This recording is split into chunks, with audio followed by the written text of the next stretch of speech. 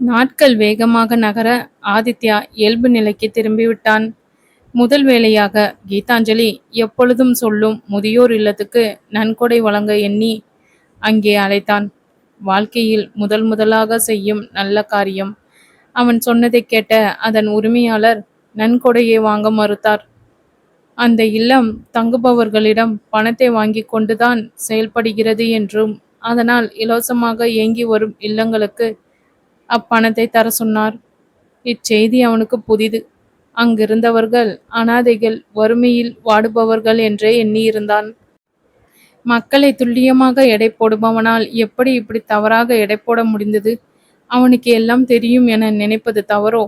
நன்கொடை கொடுப்பதற்கு சரியான இல்லத்தை தேர்வு செய்ய கீதாஞ்சலியின் உதவியை நாட வேண்டியிருந்தது. இதுவரையில் அவளாக அவனிடம் ஒரு வார்த்தை கூட பேசவில்லை. அன்று பாட கேட்டபோது பாடியதோடு சரி. அதன் பிறகு அவள் கண்களில் படவில்லை. கௌரவிடம் விசாரிக்கையில் அவ வழியில் போயிட்டா, இனிமேல் தொந்தரவு பண்ணாதீங்க என சொல்லிவிட்டான். ஏற்கனவே அவளிடம் பேச வேண்டும் என நினைத்திருந்தவனுக்கு இது ஒரு காரணமாக அமைய அவளை உடனே அழைத்தான். ஹலோ என்ற அவள் குரல் கேட்கையில் உடலில் உள்ள மொத்த செல்களும் பூரித்தன. கீது, எப்படி இருக்க என்ற ஆதித்யாவின் மென்மையான குரலில் நீங்க எப்படி இருக்கீங்க என்றாள் அவளையும் அறியாமல். அன்று மருத்துவமனையில் அவன் பாட கேட்ட பொழுது அவளையும் அறியாமல் பாடிய பாடலை நினைத்து அதன் பிறகு மருகினாள். இதனால் அவன் ஏதேதோ கற்பனை செய்து கொண்டால் என்ன செய்வது? அன்று பாடுகையில் அவளுள் தறிக்கெட்டு எழுந்த உணர்வலைகளை என்னவென்று சொல்வது? எதை கொண்டு விவரிப்பது என்றோ அவள் மனதில் சிறு தீப்பொறியை பற்ற வைத்து விட்டான் என்பதை தாமதமாக புரிந்து கொண்டாள். ஆனால் இதெல்லாம் சாத்தியப்படாது என்ற எண்ணமும் கூடவே பயணித்தது.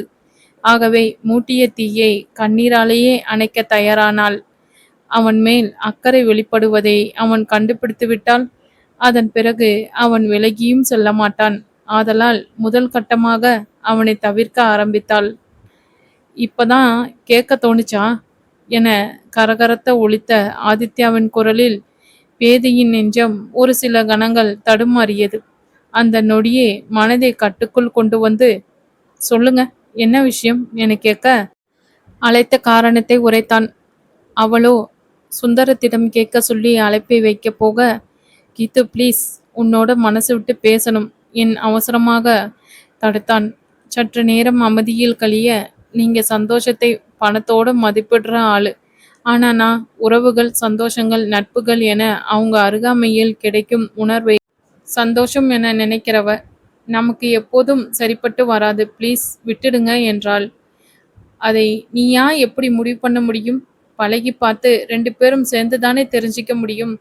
ப்ளீஸ் ஒரு சான்ஸ் கொடு என ஏக்கமாக குரலில் அவன் வாதாட, காற்றின் தீண்டலில் வெடித்து பறக்கும் பருத்தியைப் போலானது அவளது பஞ்சும் நெஞ்சும்.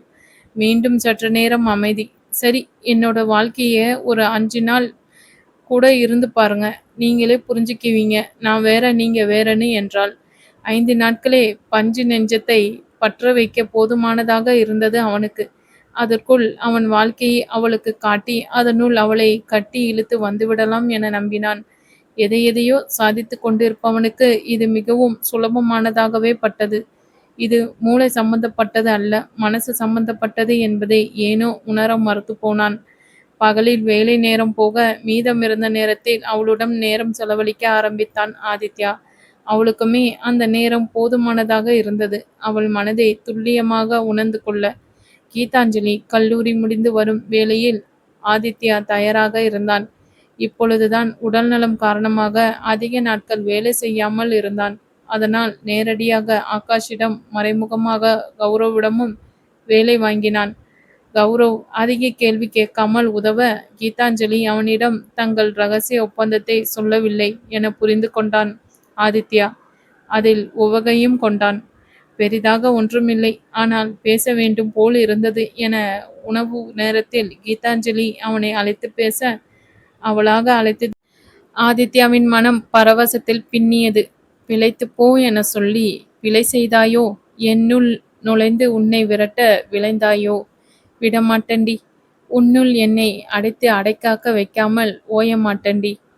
கீதாஞ்சலி அவனை முதல் நாள் சந்திக்கும் என வர சொன்னது முதியோர் இல்லத்துக்கு.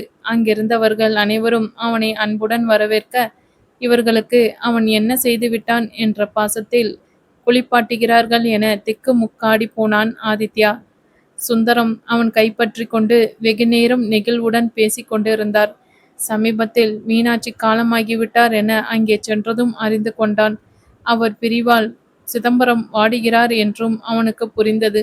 அவரின் அன்பில் லேசாக அசைந்த ஆதித்யா, இப்படி அன்பா இருக்கிறவங்கள எப்படி விரட்ட இவங்க பசங்களுக்கு மனசு வந்தது என கீதாஞ்சலியிடம் வருந்த அவனை கூர்ந்து பார்த்தவள், இவங்க மேலேயும் தப்பு இருக்கு.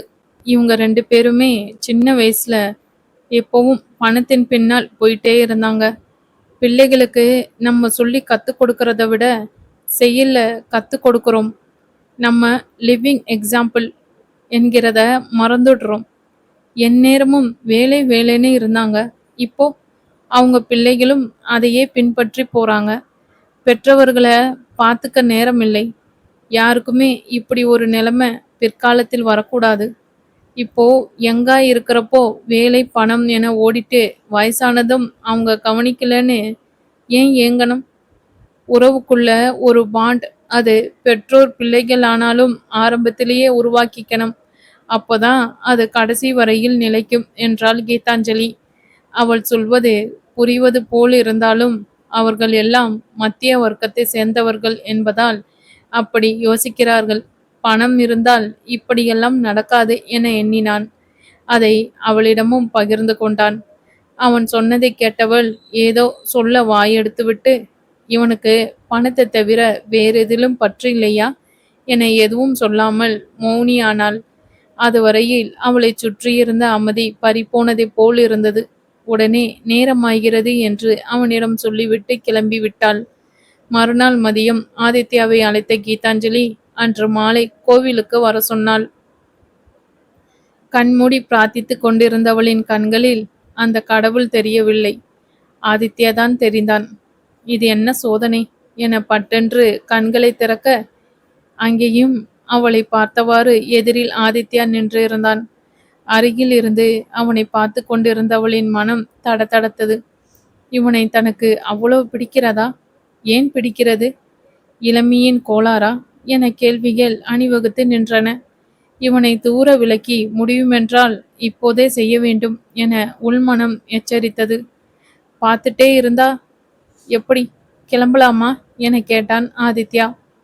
எங்கே என அவள் கேள்வியுடன் பார்க்க, இங்க உட்காந்து மனசு விட்டு பேச முடியாது.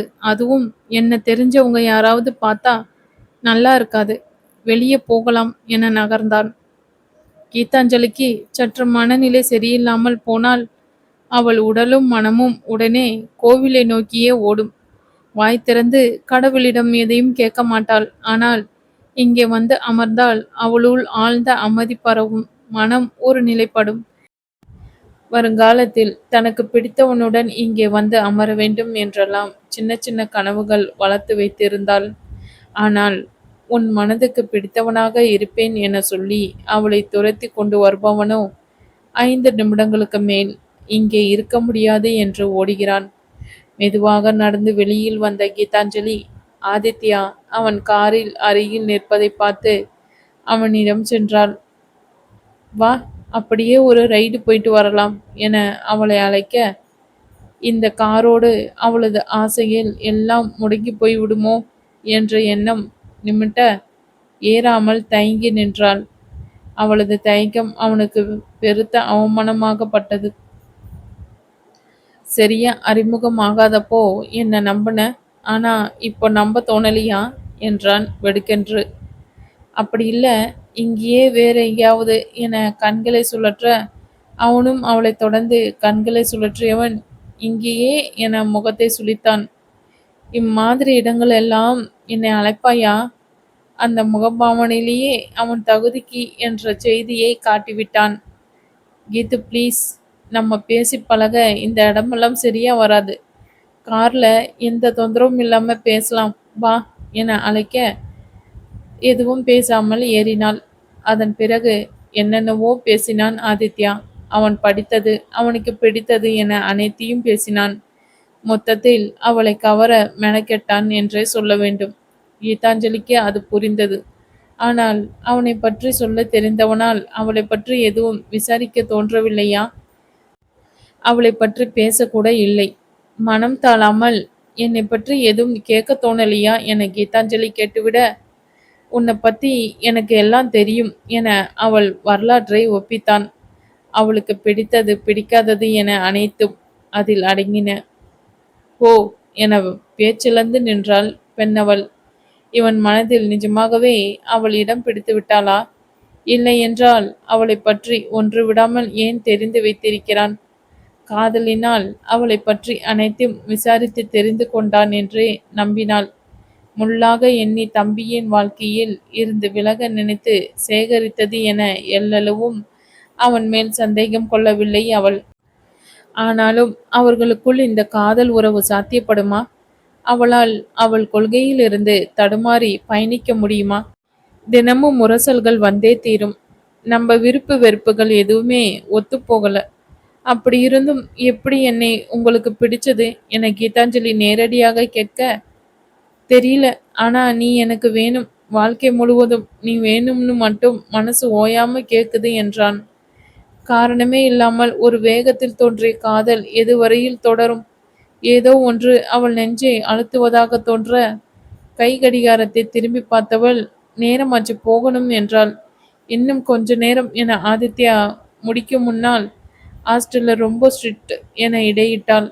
அவன் அதற்கு மேல் அவளை கட்டாயப்படுத்தாமல் அவள் விடுதியை நோக்கி வண்டியை திருப்பினான். விடுதி வாயிலில் இறக்கி விடாமல் சற்று தள்ளி இறக்கிவிட சொல்ல அவ்வாறே செய்தான். கீதாஞ்சலி இறங்க முன்னால், கொஞ்சமாவது உன்னை இம்ப்ரெஸ் பண்ணினேனா என எதிர்பார்ப்புடன் கேட்க, நாளைக்கு என்னோட பஸ்ல வந்தா சொல்றேன் என்றாள். பஸ்லா? நானா? அந்த பஸ்லயே விலைக்கு வாங்கும் ஆள் என்ன போய் என சிரித்தான். பேருந்தில் ஜன்னலோரம் அவனுடன் அமர்ந்து அதிகாலை காற்று முகத்தில் உரச எங்கேயாவது பயணிக்க வேண்டும் போல் இருந்தது. இப்படி அடைத்து வைத்து குளிரூட்டப்பட்ட காரில் அல்ல. அவளது ஆசையை அவள் வெளியிட்ட அதற்கு அவனது பதில் அந்த ஆசையில் வெந்நீரை தெளித்து பொசுக்கியது. அப்போ உங்களோட இணைஞ்சா நானும் பஸ்ஸில் போக முடியாது என கேட்க, பின்ன எனக்குன்னு ஒரு ஸ்டேட்டஸ் இருக்கே என்றான். அப்போ பஸ்ல போறவங்க எல்லாம் ஸ்டேட்டஸ் இல்லாதவங்களா என கேட்கவும், நான் அப்படி சொல்லல, என்னால அப்படியெல்லாம் மிங்கில் ஆக முடியாது என்றான். என்னதான் அவளை ஈர்ப்பதற்கு மெனக்கெட்டாலும் அவனால் அவளுக்கு பிடித்த மாதிரி எல்லாம் பேசிக்கொண்டு இருக்க முடியவில்லை. உண்மையை மட்டும் பேசினான். அவளிடம் உண்மையாக நடந்து கொண்டான். இதுவரையில் அவள் அறிந்த குணத்தையே வெளிப்படுத்தினான். தொட்டத்துக்கு எல்லாம் அவன் கருத்து மறுத்தும் சொல்லும் அவளது கருத்துக்களை கேட்டவனுக்கு சில சமயங்களில் எரிச்சல் வந்தது. அதை முகத்தில் தயங்காமல் காட்டவும் செய்தான். என்னதான் அவன் பேசியது பிடிக்கவில்லை என்றாலும் அதையும் மீறி அவன் நடிக்கவில்லை என்பது கீதாஞ்சலிக்கு ஆழ்ந்த நிம்மதியை தந்தது. அந்த பேச்சை அத்தோடு விட்டுவிட்டாள். அதே சமயத்தில் முதலில் இவளின் மேம்போக்கான எண்ணத்தை மாற்ற வேண்டும். இன்னும் அடிமட்ட ஆட்களை போல் யோசிக்கிறாள் என எண்ணிக்கொண்டு அன்றைய நாளை முடித்தான் ஆதித்யா. மறுநாள் ஆதித்யாவை அழைத்த கீதாஞ்சலி அவனை கடற்கரைக்கு வர சொன்னான்.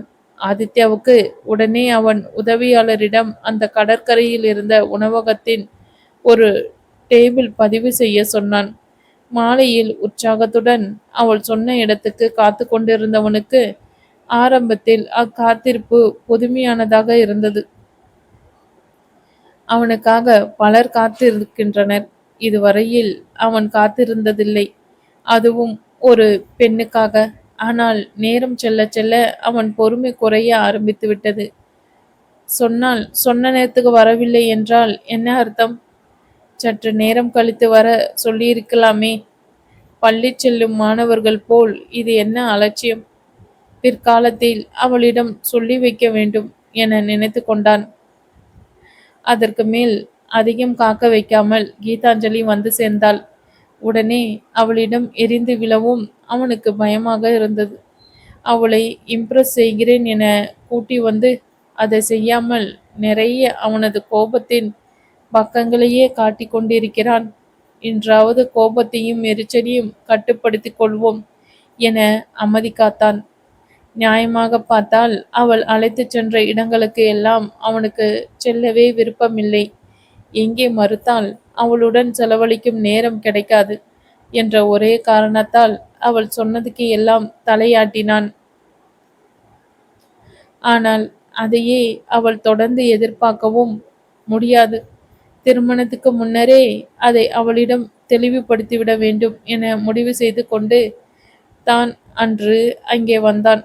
அதனால் அவள் வந்ததும் கோபப்படாமல், "வா கீத்து, உள்ளே போய் பேசலாம்" என அவசரப்பட்டான். "உள்ளேயா?" என கடலை சுட்டிக்காட்டி கேட்டவள், "எனக்கு நீச்சல் தெரியாதுப்பா" என்றாள் நகைப்புடன். அவள் சொன்ன விதத்தில் அதுவரையில் பொங்கியிருந்த கோபம் அனைத்தும் பனியாக மாற அவனும் உடன் நகைத்து உணவகத்தை சுட்டிக்காட்டினான். "அங்கே எதுக்கு? நம்ம மணல்ல உட்கார்ந்து பேசலாம்" என்றாள். "அங்கேயா? No way. உள்ளே எவ்வித தடங்களும் இல்லாமல் பேசலாம். அதோட மணல் பட்டு என அவசரமாக ட்ரெஸ் ஷூ எல்லாம் அழுக்காயிடும்." ஆதித்யா மறுக்க அவளுள் பொங்கிய உணர்வலை மறித்து போனது. கண்களை திருப்பி அவனை மேலும் கீழுமாக பார்த்தாள். அவன் அலுவலகத்துக்கு செல்வதைப் போல் ஃபார்மல் உடையில் இருந்தான். அலுவலகத்தில் இருந்து நேராக வந்ததால் அப்படி உடுத்தி இருந்தான். அதை தப்பு சொல்ல முடியாது. ஆனால் இதுவரையில் அவனை அந்த உடையில் மட்டுமே பார்த்திருக்கிறாள். அதுவே அவனை எட்ட நிறுத்த ஒரு காரணமாய் இருந்தது. அன்று அவன் வீட்டுக்கு சென்ற பொழுதும் கூட அதே உடையுடன் தான் வலம் வந்தான். மருத்துவமனையில் இருந்த பொழுதும் மட்டும் வேறு உடை அணிந்திருந்தான். அதுவும் கட்டாயத்தின் பேரில். அப்பொழுது போர்வையை மேலே எடுத்து போத்தி கொண்டு அமர்ந்திருந்தான். அவன் அருகில் அவளை வைத்து பார்த்தால் அவன் சீராக அணிந்து கொண்டு வந்திருக்கிறான் என்று அவளுக்கு பட்டது. கூடவே இன்னொன்றும் புரிந்தது. அவள் அவனுக்கு இணையாக உடை அணிய வேண்டும். இவனோடு தன் வாழ்க்கையை இணைத்து கொண்டால், அதாவது மெனக்கெட வேண்டும். அவள் மாறிதான் ஆக வேண்டும். ஒவ்வொரு விஷயத்திலும் மாறியே ஆக வேண்டும். அந்நினைப்பே அவளுக்கு கசந்தது. கூடவே கோபமும் வந்தது அவள் மீதே. கட்டாயமாக இவை நடக்கும் என்று தெரிந்தும் அவனுக்கு ஏன் இடம் அளித்தாள்? அவனை அவன் வழியிலே சென்று விலக வேண்டும். எனக்கு கடல் காற்று குரல் என எல்லா கலவையும் சேர்ந்திருந்தா பிடிக்கும் என்றாள். அதை அங்கே உட்கார்ந்துட்டு ரசிக்கலாமே என அவன் பிடிவாதம் பிடிக்க, ரசிக்கலாம், ஆனா அலைகளை தொட்டு விளையாட முடியுமா? தூர இருந்து பார்க்கலாம், ரசிக்க முடியாது. ஒரு தரம் ரசிச்சு பாருங்க எனக்காக ப்ளீஸ் என்றவள் அவன் மறுவார்த்தை பேசும் முன்னால் மணலை நோக்கி நடக்க ஆரம்பித்து விட்டாள். இது என்ன பிடிவாதம் என சொல்லும் அவளையே பார்த்திருந்தவனுக்கு அவளிடம் அதற்கு மேல் மறுக்க தோன்றவில்லை. கால்கள் மணலில் புதைய அவளை பின்தொடர்ந்தான். அவனின் பளபளவென்ற ஷூக்கள் மணலில் புழுதிப்பட்டு நிறம் மாறின. அவற்றுள் மணலும் புகுந்து கொள்ள நடக்க முடியாமல் அவன் பாதங்களை உறுத்தின. கீதாஞ்சலியை ஏறிட்டு பார்க்க அவள் காலணிகளை கழற்றி கையில் எடுத்து வைத்து கொண்டு வெகு இயல்பாக நடந்தாள். அவளை போல் செய்வதா என தயங்கினாலும் நடக்காமல் சிரமப்படுவதற்கு அதுவே மேல் என்ற நிலைக்கு வந்திருந்தான் ஆதித்யா. அதனால் அவன் ஷூக்களை கழற்றி கையில் எடுத்து கொண்டான். என்னவோ உலகமே கண் சிமிட்டாமல் அவனையே பார்த்து கொண்டு இருப்பதைப் போல் அந்த நிமிடத்தில் உணர்ந்தான். நீல் எட்டுகளை எடுத்து வைத்து கீதாஞ்சலியின் அருகில் சென்றவன், இப்படியெல்லாம் நடந்ததே இல்லை, எல்லோரும் என்னை பார்க்கறாங்க பாரு என்றான். அவனை மேலும் கீழுமாக பார்த்தவள், பீச்சுக்கு இப்படி ட்ரெஸ் பண்ணிட்டு வந்தா கண்டிப்பா பார்ப்பாங்க, கேட்கணும்னு நினைச்சேன், நீங்க ஜீன்ஸ் எல்லாம் போடவே மாட்டீங்களா என்றாள். விடுமுறை நாட்களில் அணிவான். ஆனால் அவ்விடுமுறை நாள் கடைசியாக எப்பொழுது வந்தது என்று கூட அவனுக்கு ஞாபகம் இல்லை.